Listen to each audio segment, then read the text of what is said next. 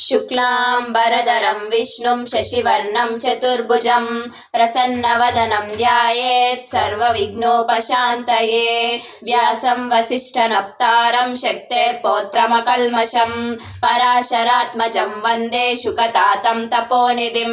व्यासाय विष्णुरूपाय व्यासरूपाय विष्णवे नमो वै ब्रह्मनिधये वासिष्ठाय नमो नमः।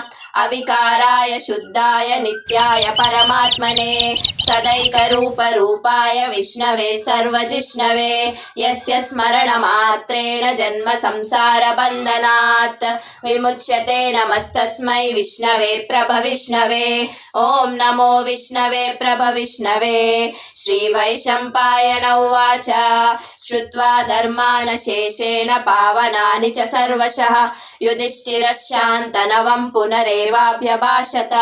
युधिष्ठिर उवाच किमेकं दैवतं लोके किं वाप्येकं परायणं स्तुवन्तः कङ्कमर्चन्तः प्राप्नुयुर्मानवा शुभं। को धर्मः सर्वधर्माणां भवतः परमो मतः किं जपन्मुच्यते जन्तुर्जन्म संसारबन्धनात्।